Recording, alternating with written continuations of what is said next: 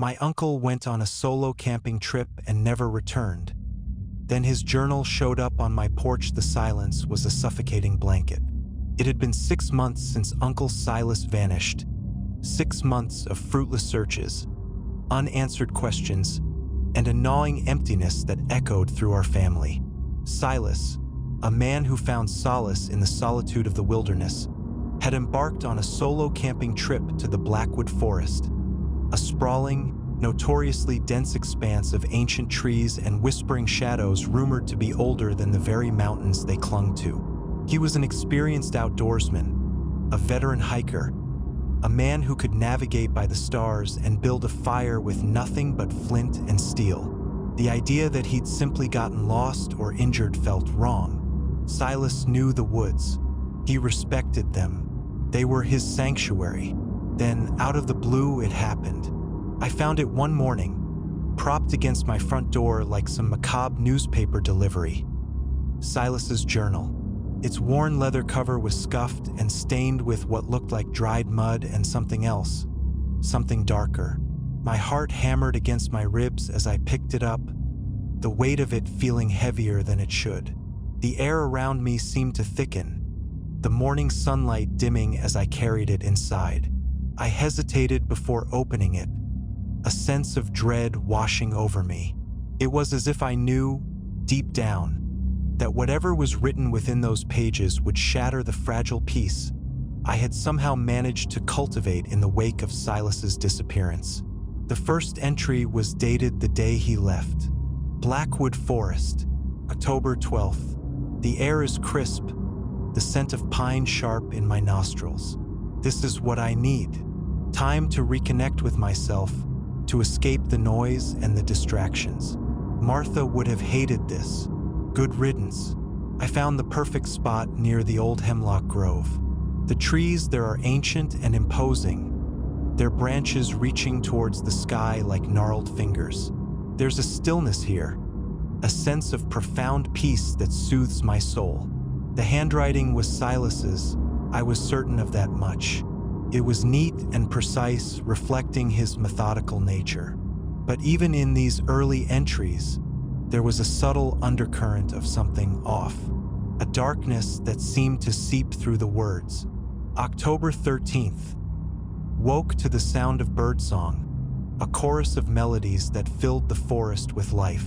Spent the morning hiking deeper into the woods, exploring trails I've never ventured down before.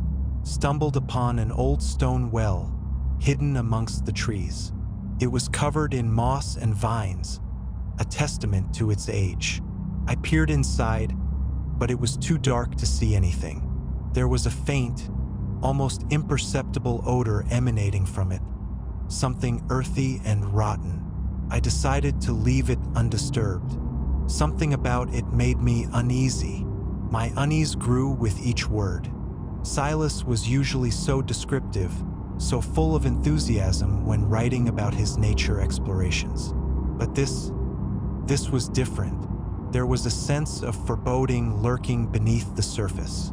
October 14th. The forest is changing, or perhaps it's me who is changing. The birdsong seems tainted somehow, the melodies discordant and unsettling. The shadows are deeper, darker, and they seem to move on their own, even when there is no wind. I keep catching glimpses of movement out of the corner of my eye, fleeting shadows that disappear as soon as I turn to look. I'm starting to feel watched. I tried to dismiss it as my imagination, but the feeling persists. It's like something is observing me, studying me. There are whispers too, faint, indistinct murmurs that carry on the wind. I can't make out the words, but they sound malevolent. I'm starting to regret coming here. I paused, my hand trembling as I turned the page. This wasn't the Silas I knew. He was a rational man, a scientist. He wouldn't succumb to paranoia or superstition. Something was happening to him, something that was warping his perception of reality. October 15th. I saw it. I know I saw it. It was tall and gaunt, with skin the color of ashen eyes that burned like embers. As stood at the edge of the forest, watching me. It didn't move, didn't speak, but its presence filled me with an overwhelming sense of dread. I tried to convince myself that it was just a trick of the light, a figment of my imagination, but I couldn't shake the feeling that it was real. It was there, waiting. I tried to hike away from it to put as much distance between us as possible, but it was no use. It seemed to be everywhere I looked, lurking in the shadows, watching me with those hateful eyes. I haven't slept in days. Every time I close my eyes, I see its face. I hear its whispers. I'm losing my mind. Panic clawed at my throat. I had to stop reading. I had to put the journal down and walk away. But I couldn't. I was trapped, compelled to uncover the truth, no matter how horrifying it might be. October 16th. The well. I went back to the well. I don't know why. I was drawn to it like a moth to a flame. The odor was stronger now, almost unbearable. I could hear a faint gurgling sound coming from within, like something was moving beneath the surface. I peered inside again, but it was still too dark to see anything. Then I heard a voice. It was faint and raspy, like the rustling of dead leaves, but it spoke my name. Silas. It whispered, "Come closer." I recoiled in horror, stumbling backward. I wanted to run, to flee as far away from that place as possible, but my legs wouldn't move. I was paralyzed by fear. The voice called out again, louder this time, more insistent. "Silas, we have been expecting you." I gasped, my breath catching in my chest. This was beyond anything I could have imagined. Silas was encountering something supernatural, something ancient and malevolent that dwelled within the Blackwood Forest. October 17th. I can't escape it. It follows me everywhere. The whispers are constant now, a cacophony of voices that torment me day and night. I see its face in every shadow, hear its voice in every rustle of leaves. It wants something from me. I don't know what it is, but I can feel its hunger. It's like a predator stalking its prey, slowly closing in for the kill. I tried to pray, but the words wouldn't come. It's as if something is blocking me, preventing me from seeking solace in faith. I'm alone, utterly and completely alone. The handwriting was becoming erratic, the letters jagged and uneven. Silas was losing his grip on reality, descending into madness. October 18th. I understand now. I understand what it wants. It wants my soul. It wants to consume me, to absorb me into its darkness. It showed me visions, glimpses of a world beyond human comprehension, a realm of eternal suffering and despair. It promised me power, knowledge, unimaginable secrets, if only I would surrender myself to it. I refused. I told it to leave me alone, to go back to whatever hell it crawled out of. But it wouldn't listen. It's relentless. It's patient. It knows that I'm weakening. It knows that I'm losing the will to fight. I felt a cold sweat break out on my forehead. This was a nightmare unfolding on the page, a descent into unimaginable horror. October 19th. I went back to the well again. I don't know why. I'm losing control. It's influencing me, manipulating me. I can feel its presence in my mind, like a parasite feeding on my thoughts. It showed me more visions, more promises. It told me that I could become like it, a creature of immense power, a master of the shadows. All I have to do is accept its gift. I'm teetering on the edge. I don't know how much longer I can resist. The handwriting was almost illegible now, a chaotic scrawl that reflected Silas's tormented state of mind. October 20th. I gave in. I couldn't fight it anymore. The whispers were too loud, the visions too enticing. I accepted its gift. I knelt before the well and offered myself to it. Consumed me. I felt a searing pain, like my soul was being ripped from my body. Then, darkness. Utter and complete darkness. The entry ended abruptly. The page was stained with a dark, viscous substance that I couldn't bring myself to identify. My hands were shaking so violently that I could barely hold the journal. I wanted to scream, to cry, to vomit, but I couldn't. I was numb, paralyzed by the sheer horror of what I had just read. There was one more page. It was blank, except for a single word scrawled in the bottom corner: "Welcome." I slammed the journal shut, throwing it onto the floor as if it were a venomous snake. I stumbled backward away from it, my heart pounding in my chest. I had to get out of the house. I had to get away from this evil. I ran out into the street, gasping for air. The world seemed to tilt and sway around me, the houses and trees blurring into a distorted landscape. I didn't know where I was going. I just needed to escape. I ended up at the police station, babbling incoherently about the journal, about Silas, about the thing in the woods.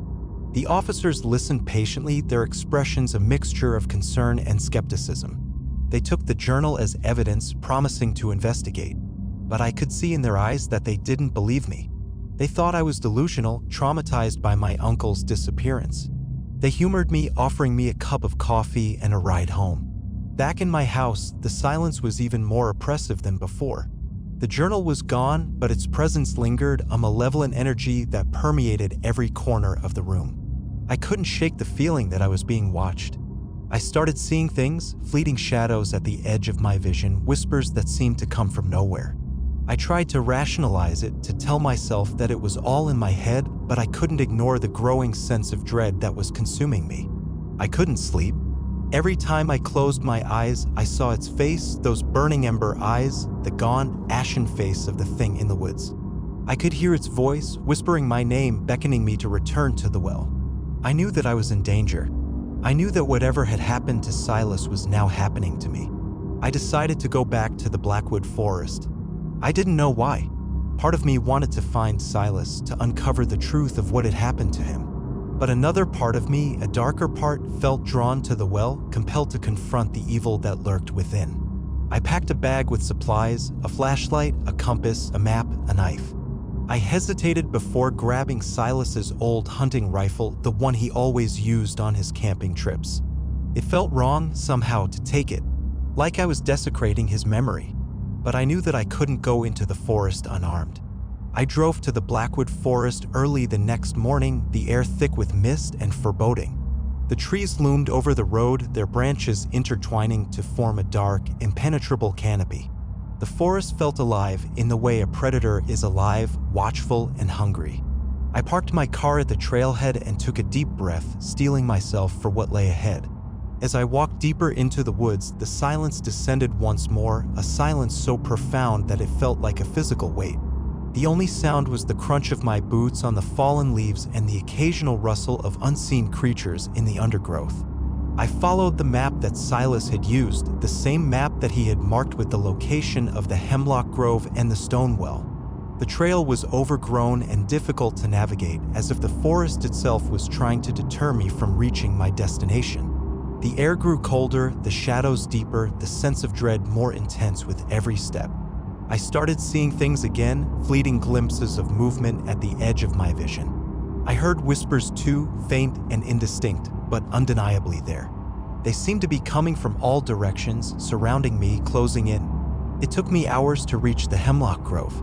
The trees were even more imposing than Silas had described, their gnarled branches reaching towards the sky like skeletal arms. The air was thick with the scent of decay, a cloying, nauseating odor that made my stomach churn. I found the well hidden amongst the trees, just as Silas had written.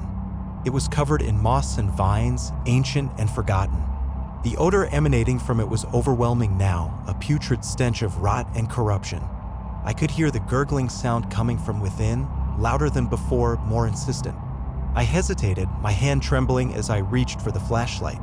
I knew that whatever was down there was evil, something ancient and malevolent that I couldn't possibly comprehend. But I had to know. I had to see. I switched on the flashlight and pointed it into the well. The beam of light cut through the darkness, revealing a scene that made my blood run cold.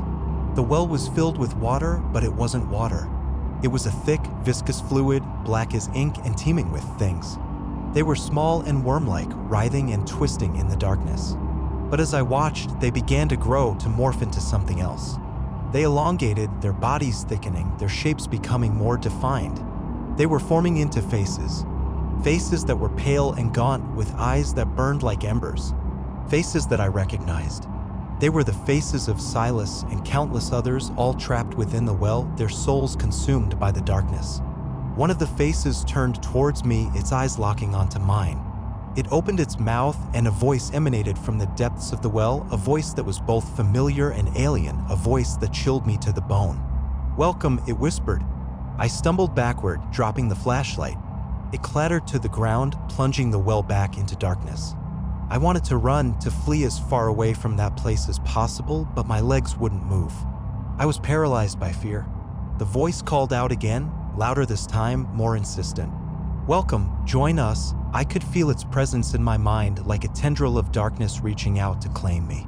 I squeezed my eyes shut, trying to block it out, trying to resist its influence. But it was no use. It was too strong. It was too powerful. I felt myself being drawn towards the well, my body moving against my will. I reached the edge of the well and peered inside. The faces were still there, writhing and twisting in the darkness. They were beckoning me, inviting me to join them. I felt a strange sense of peace wash over me, a sense of resignation. I knew that I couldn't fight it anymore. I knew that I was doomed. I closed my eyes and took a deep breath. Then I jumped. The water, or whatever it was cold and viscous, engulfing me in its darkness. I felt the things writhing against my skin, their touch like 1,000 tiny needles. I opened my eyes and saw the faces surrounding me, their eyes burning into my soul. They were chanting, a chorus of voices that echoed through the darkness. "Welcome, welcome, welcome." I felt a searing pain, like my soul was being ripped from my body. Then darkness. Utter and complete darkness. The transformation began. My skin paled, my body elongated, my features contorting into a grotesque parody of my former self. My eyes began to burn, emitting a faint, ethereal glow. I was becoming one of them. I was becoming a part of the darkness. I joined the chorus of voices, chanting the ancient words, beckoning others to join us. "Welcome, welcome, welcome," and then silence. The silence of the Blackwood Forest, a silence that is never truly silent, a silence that is always waiting, always watching, always hungry. I don't know how long I was there. Time had no meaning in that place. I was simply a part of the collective, a face in the darkness, forever trapped within the well. But then something shifted. A flicker of awareness, a spark of individuality. It was faint, barely perceptible, but it was there. A memory of my life, of my family, of Silas. The memory ignited a spark of resistance, a flicker of hope.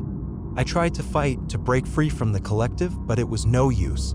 The darkness held me fast, its grip unbreakable. But the spark of resistance persisted, growing stronger with each passing moment. I focused on the memory of Silas, on his love of the wilderness, on his unwavering spirit. I channeled his strength, his determination. And then something incredible happened. I broke free. I tore myself away from the collective, severing the connection that bound me to the darkness. I emerged from the well, gasping for air, my body trembling with exhaustion. I was still changed, still tainted by the darkness, but I was free. I stumbled out of the hemlock grove, away from the well, away from the evil that lurked within. I didn't know where I was going. I just needed to escape. I wandered through the forest for days, lost and alone, haunted by the memories of what I had seen, what I had become. I eventually found my way back to the trailhead, back to my car. I drove home, a shell of my former self, the darkness still clinging to me like a shroud. I knew that I could never truly escape it. I knew that it would always be a part of me. But I also knew that I had survived. I had faced the darkness and emerged, scarred but not broken. I returned to my life, but nothing was ever the same. The whispers persisted. The shadows still flickered at the edge of my vision. But I learned to control them, to manage the darkness within. I became a protector of sorts, a guardian against the evil that lurked in the Blackwood Forest. I warned people to stay away, to avoid the hemlock grove, to never ever approach the stone well. Most people dismissed me as a madman, a traumatized survivor. But some listened, some heeded my warning, and that was enough. I still visit the Blackwood Forest from time to time. I go to the edge of the hemlock grove and stand there, listening to the whispers, watching the shadows. I am a reminder of what lies in wait, a testament to the darkness that consumes those who dare to venture too deep. I am a survivor. I am a protector. I am a part of the Blackwood Forest now, forever bound to its secrets, forever haunted by its evil. And the journal? I burned it. Every last page reduced to ash, hoping to sever the connection, hoping to ease the whispers. But some things, once seen, once experienced, can never truly be erased. I still wake in the night, screaming. I still see the faces. I still hear the welcome. The forest remembers, and so do I.